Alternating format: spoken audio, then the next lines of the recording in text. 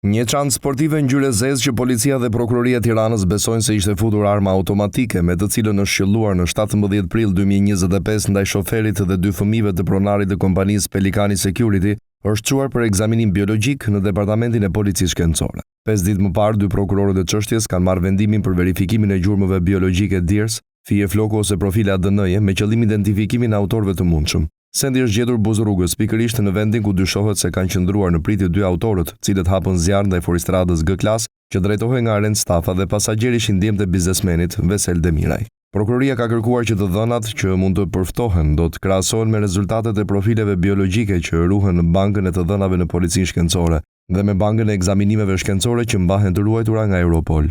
Deri në këtë fazë ku ndodhet çështja, grupi i hetimit ende nuk është njohur zyrtarisht me rezultatin, ku shpresohet të ketë produktivitet. Dosja është regjistruar për akuzën e vrasjes në rrethana cilësuese ndaj njëse më shumë personave, mbetur në tentativë kryer në bashkëpunim dhe mbajtjes pa leje të armëve të zjarrit. Të plagosur mbetën shoferi i mjetit Aren Stafa, i mitur i DD, Marko Demiraj dhe Kian Mullahi.